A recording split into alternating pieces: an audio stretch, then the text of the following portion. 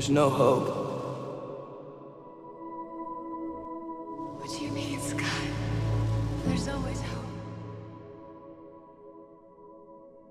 Not for me.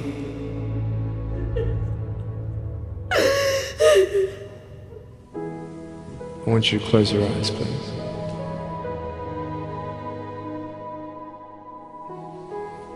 I want to ask you, how are you? What heaviness are you carrying? I'm fine. What tears do you hold back? What pain, what fears are kept inside? People don't even look you in the eye. People ask you how you are and you say fine, but you're not fine, and they'll never know that. And you start believing the lies around you, saying that you're not good enough and no one's gonna want you and you'll never ever do anything good in your life.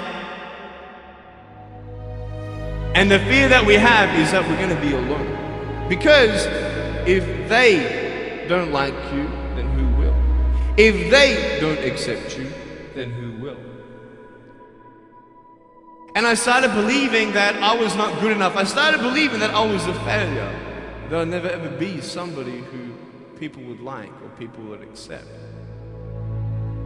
And these steps take you closer. That voice saying, you're not good enough, you're not good enough, you're not good enough, and all you need is one more step to fall.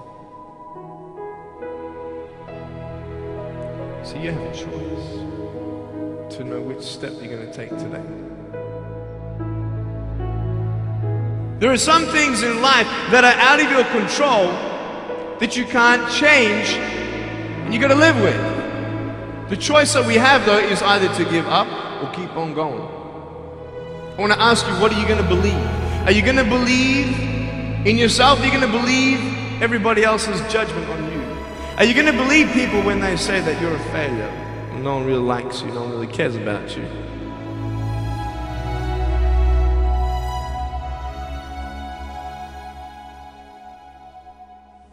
You don't have to hold on to those fears. You just take one step at a time. Not to say that one day these fears are just going to completely disappear, but can you forgive those who've hurt you? Because that's when healing starts. Every time someone puts you down, will you make a decision to bring somebody else up? Picture yourself in an open area. There's no buildings and there's no shelter, and there's a storm above you, and this storm represents the situations in your life. And you don't tell anybody what you're going through, because first of all they wouldn't understand, and second of all they can't even help you anyway. You're in this storm and you're down on your knees and you're cold and you're weak and you feel like this is the end. Are you not still here? You are still here. You don't have to do this alone. But hold on to that person who you think might help you. And imagine them right now saying that they can't stop the storm right now, but they will hold you and keep you warm until the storm passes. Because when they hold you, the storm's still there, but it's okay. Because they're with you all the way.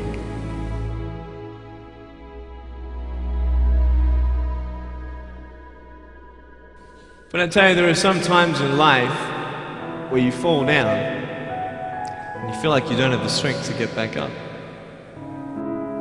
Give up or get up. When you fail, try again. And it's not the end until you've given up.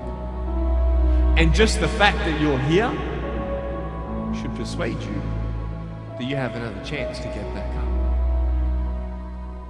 There's still hope.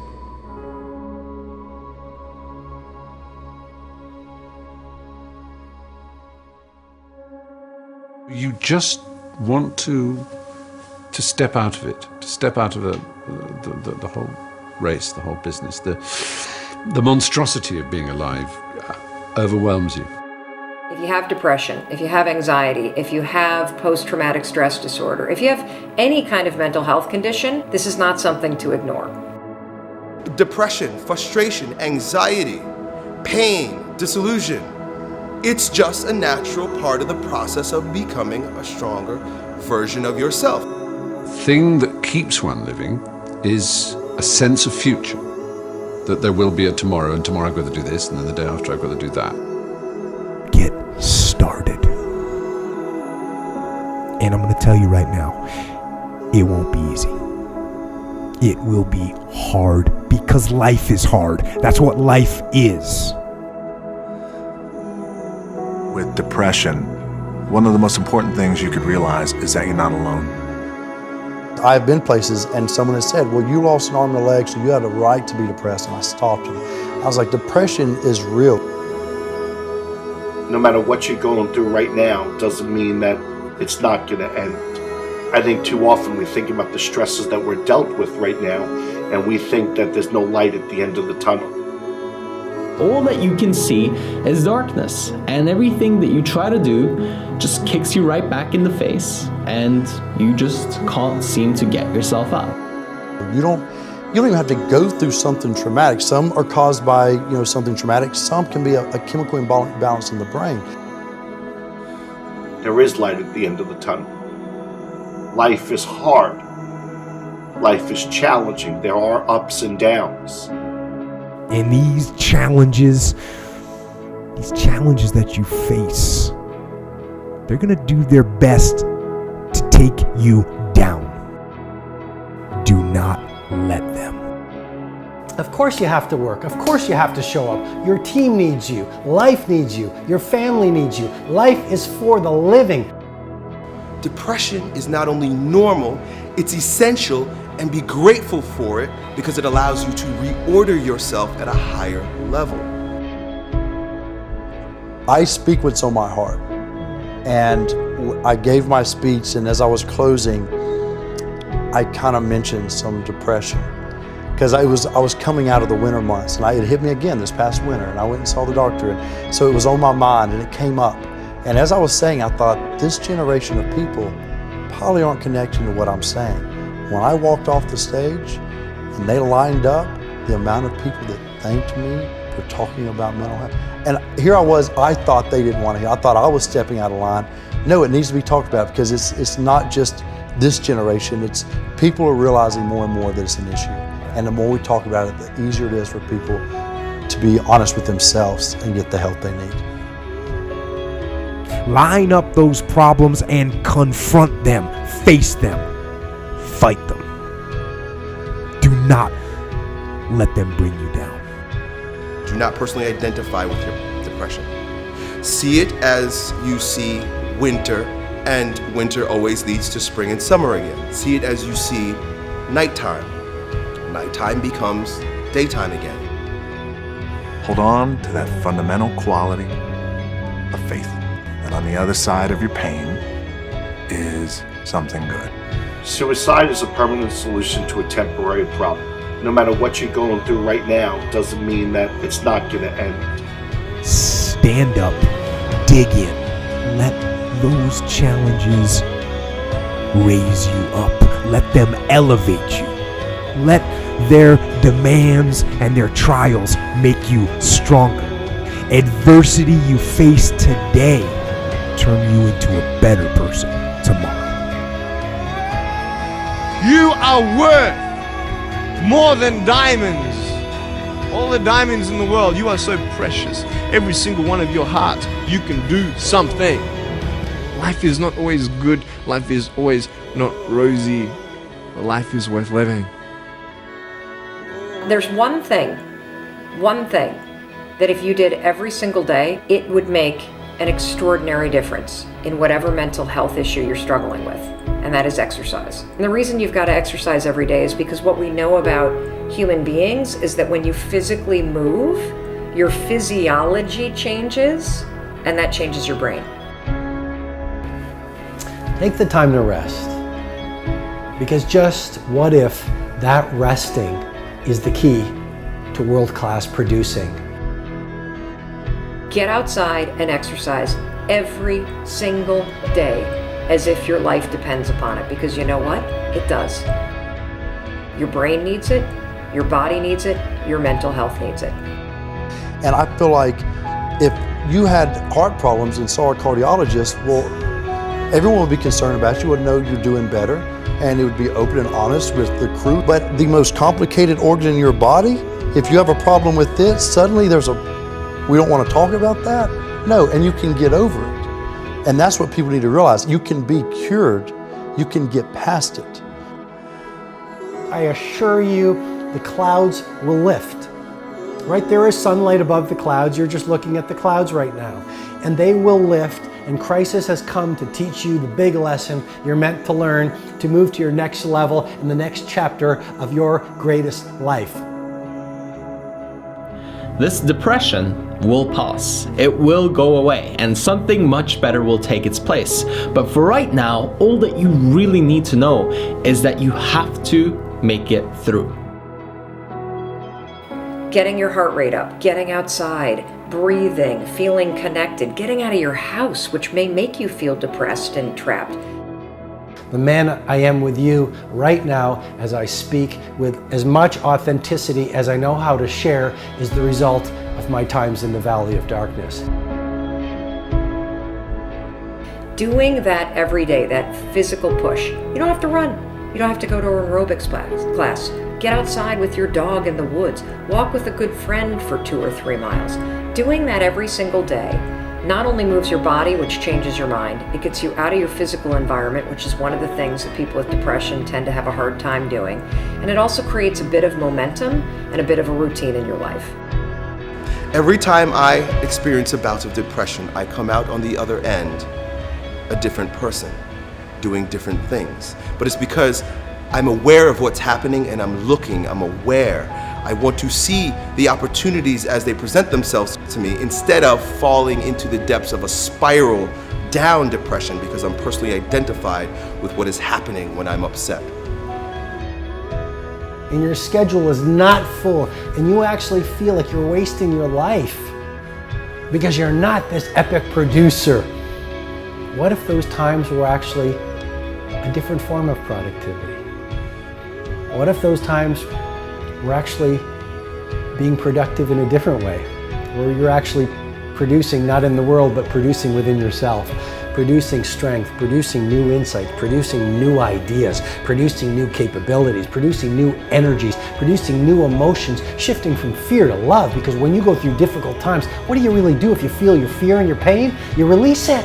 It's out of your system, and you grow in love and bravery and strength. What does that do to your craft? What does that do to your power? What does that do to your bravery? What does that do to the light that you bring into the world? You become this incredible force that is undefeatable. I suggest to you that if you are facing a challenge, don't stop. Stay busy. Work your plan. Continue to do those things that you know that work for you after you have evaluated yourself in the situation. Continue to move. Stay busy, stay busy, stay busy. You are part of a larger cosmos, whether you know it or not. And communing with nature allows you not to see the bars of the prison cell, but the stars of the universe. And if you can connect with those every day, my dear friend, you will use your pain as an instrument for your greatest growth. And then you try something new. And then you'll also go to school and people will put you down and parents will tell you that you're a failure because you failed at a test. And you start believing the lies around you, saying that you're not good enough and no one's gonna want you and you'll never ever do anything good in your life and you'll never ever, achieve the dreams and goals that you wish you had done or wish that you could do. And these steps take you closer. That voice saying, you're not good enough, you're not good enough, you're not good enough, and all you need is one more step to fall. So you have a choice to know which step you're going to take today.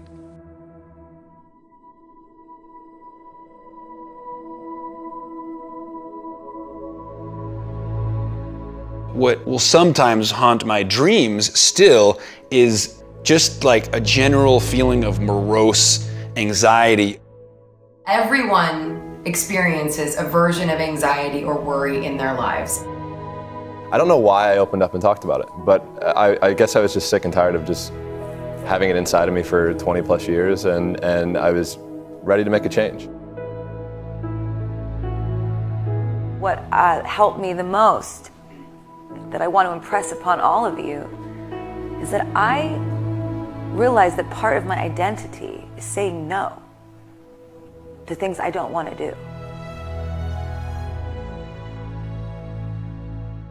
And you are all in school, and you all have a lot of teachers and a lot of people around you that tell you all day what you have to do, but it is your right to choose what you do and don't do. It is your right to choose what you believe in and what you don't believe in. It is your right to curate your life and your own perspective. We all go through things. We all go through struggles, right? There's probably everybody in this room that goes through struggles the same exact way, and I think that's what we all have to realize. It's just something that every single person goes through. And maybe we go through it in a different or more intense way for longer periods of time, but it's not, there's nothing wrong with you. To be a sensitive person that cares a lot, that takes things in a deep way, is actually part of what makes you amazing. I also struggled a lot with anxiety and depression. If you start to feel like you are twisting things around you, and you start to feel like there is no sunlight around you, and you are paralyzed with fear, here's how you can help yourself. First, you have to understand what anxiety is, and you have to understand the connection between worry, which is something we all do, and self-doubt, which is something we all do, and anxiety. Anxiety is what happens when your habit of worrying spirals out of control. It's important for you to foundationally understand that anxiety and worry are the same thing. It's just that your body starts to get agitated, and that's when we call worrying anxiety. Your heart races. You might sweat a little bit.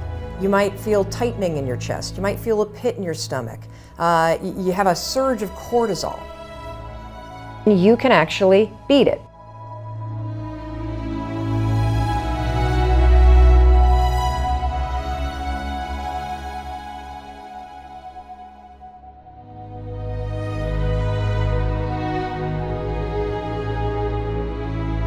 This is how you're going to do it. So all day long, you're going to have moments where your thoughts drift. Like you'll just be hanging out with your friends, and then suddenly you're like, I'm not sure that that person likes me anymore. I haven't heard from my kids lately. I wonder if they're dead, or, as I check, like you just start worrying about stuff. Why? Because it's a habit. Because when you're not paying attention, your brain shifts from you being a decision maker and paying attention to you just kind of spinning things on autopilot, and one of your habits is worrying. The second you wake up and you notice, holy cow, I'm talking some negative garbage to myself right now. 5, 4, 3, 2, 1. You've just shifted the part of the brain.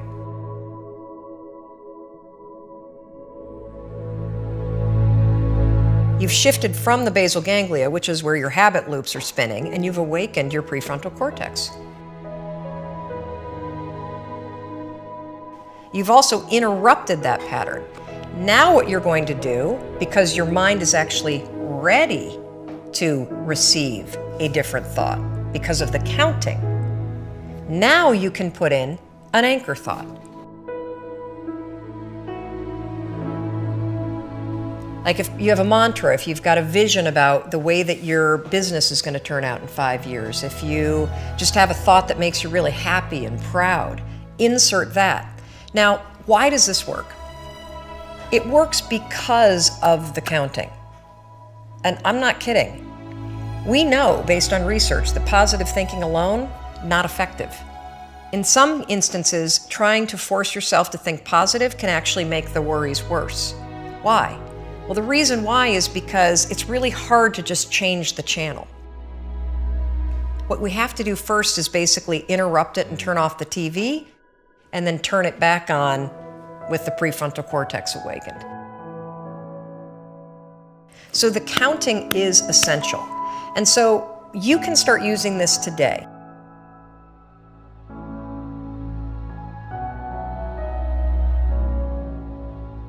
And the problem that I have with anxiety is the physiological side of it.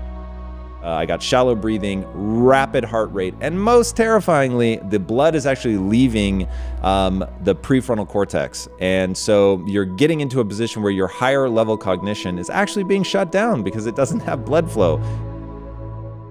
And then I began to visualize that what I was trying to do was get myself into a calm state where the blood could actually go back to the places that I needed it, so that my higher level ability to reason would kick back in. The first thing that I started to do to be able to consciously control that was meditate. In meditating, what you're learning to do, at least for me, and I don't consider myself a meditation expert by any means, but this was one of the huge wins for me in meditating, was learning to breathe from my diaphragm. Even one breath from my diaphragm had a really big impact. Breathing from your diaphragm instead of from your chest, right? So most people breathe like this, and it's all in your upper chest. You're not getting a very deep breath. So in meditating and learning to breathe from your diaphragm and learning to consciously calm yourself down, meaning you're lowering your heart rate, you're breathing much more deeply from the diaphragm, getting the blood reallocated to the parts of the brain that are actually useful. That meditating was my first step into that.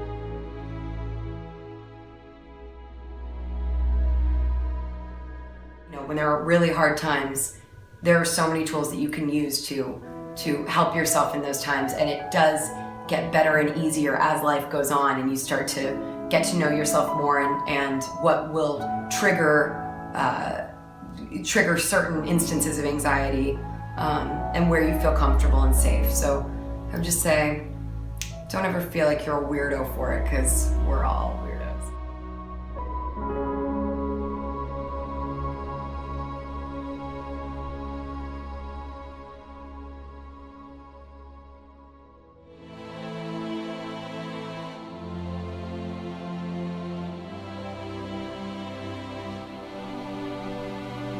In 1973, a young man wrote a letter to American author E.B. White. The young man was losing his faith in humanity. And this is the reply he received from White. Hope is the thing that is left to us in a bad time. I shall get up Sunday morning and wind the clock. E.B. White wrote those beautiful words in response to fears surrounding our future. As long as there is hope, get up and wind the clock. At times it doesn't matter the view, does it? You may be looking in the mirror at your own life. You may be looking out the window at what's happening around you. The future becomes bleak, days full of fear.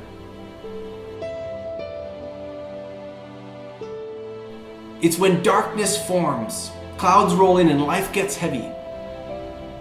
Sometimes we feel it together. Sometimes we feel it alone. Those times surrounded by sadness. And in those moments, what are we to do? For there is but one sensible response, isn't there? We wake up and we make tomorrow better than today. We get up, we rise, we wind the clock. And we are to do it with our heads held high so that we can be the first ones to see the sun as it starts to poke through. You know, if you're down and you can see a reason why you should be down, then that brings with it a certain clarity. But if there's no reason, you tend to think, well, why on earth am I feeling like this? I don't understand.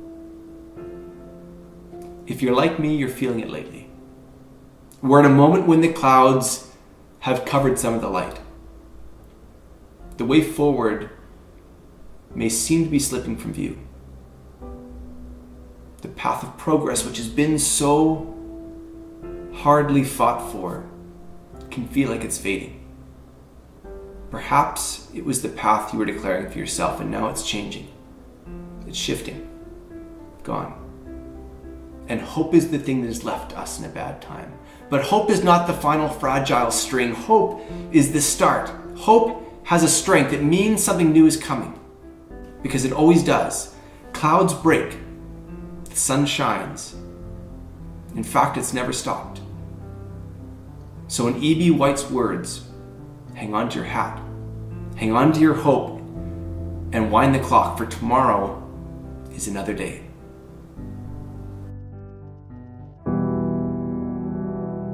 I want you to know that no matter where you are in life, no matter how low you have sunk, no matter how bleak your situation, this is not the end. This is not the end of your story. This is not the final chapter of your life. I know it may be hard right now, but if you just hang in there, stick it out, stay with me for a little while, you will find that this tough moment will pass. And if you are committed to using this pain, using it to build your character, finding a greater meaning for the pain, you will find that in time, you can turn your life around and help others going through the same struggles.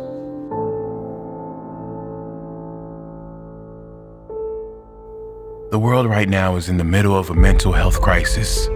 It's estimated almost half the population suffers from depression at some stage throughout their life. Rather than join the queue, it's important we learn why we get down and then how we can change it. Because believe it or not, we create our own negative feelings, and we can also ensure that we turn our lives around and be a positive change for others. The reason anyone gets depressed always comes down to the consistent thoughts we think and the consistent beliefs we hold. Let me say that again. The reason anyone gets depressed always comes down to the consistent thoughts we think and the consistent beliefs we hold. The point here is that anyone that is depressed is so because there is an external factor that didn't materialize in their life. They have lost something outside of their control or don't have something that is out of their control. In school, we are taught how to get a job, but no one teaches us how to live in a state of happiness. No one teaches us how important our conscious and unconscious thoughts and associations are. Is our happiness not worth more than a job? Yes, it is.